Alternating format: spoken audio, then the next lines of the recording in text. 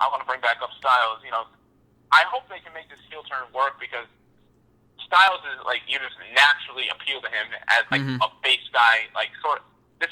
I don't want to like use this as a reminder, but like you know when I tried like the Daniel Bryan heel turn thing, and I was just like I couldn't get behind the heel turn because I was just so like I just like Daniel Bryan so much that you know. So I just hope like that doesn't stop AJ from fans like letting him get to his full potential as a heel because you naturally like AJ Styles, especially if you're in the IWC. I mean, but even casual fans seem to love AJ Styles. I mean, his merchandise is going like crazy.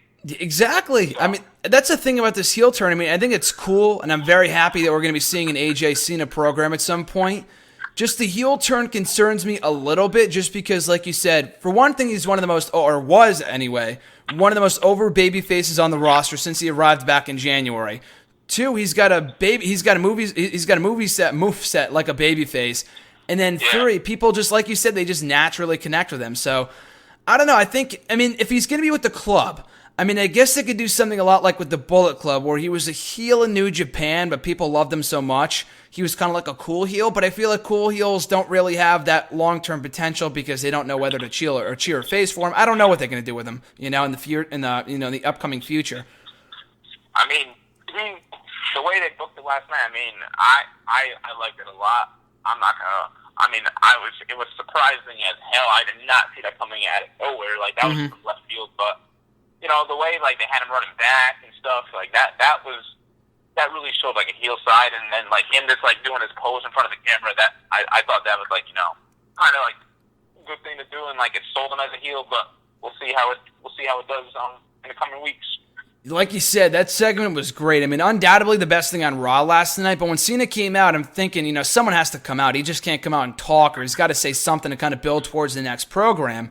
But I figured, here comes fucking Heath Slater to take an AA or whatever, and then out comes AJ, the last person I expected. I probably should have seen that coming. I mean, at that point in the show, he hadn't been on the show, he hadn't been on the episode yet, and I don't know, I guess it made a lot of sense. It made a lot of sense, but I was like, I don't know, no one really put two and two together. I didn't really see anyone talking about that at all, like, oh, maybe they'll interact. I mean, someone said last week maybe they team up against the club, so when he turned heel, I was even more surprised, yeah. That's what I thought, too. But the heel turn was actually, like, right under our nose because when they were advertising that Raw in Green Bay, it was John Cena, Roman Reigns, and Dean Ambrose versus AJ Styles, Carl Anderson, and Doc Gallows. So maybe they knew the heel turn was coming for a few weeks. That's what they advertised, and I guess the dark match never ended up happening. But that's what was advertised for a few weeks, actually. So maybe they knew about this heel turn for a while now. Probably. I mean, they probably had it in the works for a while, because I imagine they've probably been planning this they advertised Cena's return a month ago, like at the end of April, and they probably knew, okay, so when Cena gets back, I mean, the thing was, too, that people were saying he's going after the U.S. title. I thought the same thing, but there was never really any report of that. It wasn't like, it's been reported that Cena's going back after the title. A lot of people just assumed that, and it felt like that made sense, too, because he never really lost the belt, or he never went back after it, whatever.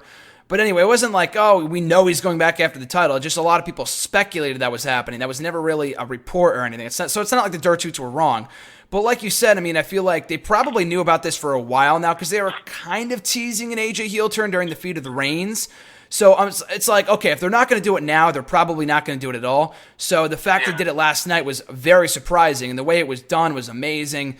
And it feels like it's been a long time since we've had one of those encounters between two wrestlers that felt like Rock and Hogan from WrestleMania 18, where you have two guys in the middle of the ring, where you had that reaction. It went on for like 3 or 4 minutes when AJ came out.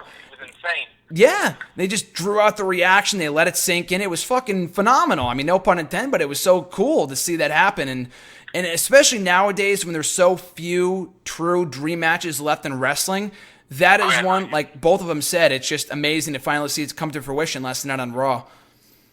And I actually thought Cena was going to come out and announce that he's the seventh man in Money in the Bank. That's what I did not expect at all for AJ Styles to come out, let alone the heel turn. But for AJ Styles, I just hope they say that they use, he realizes he needed the club after that loss to Owens. Because I hope he's not going to say, I need the club the whole time. We were all aligned. Yeah, exactly.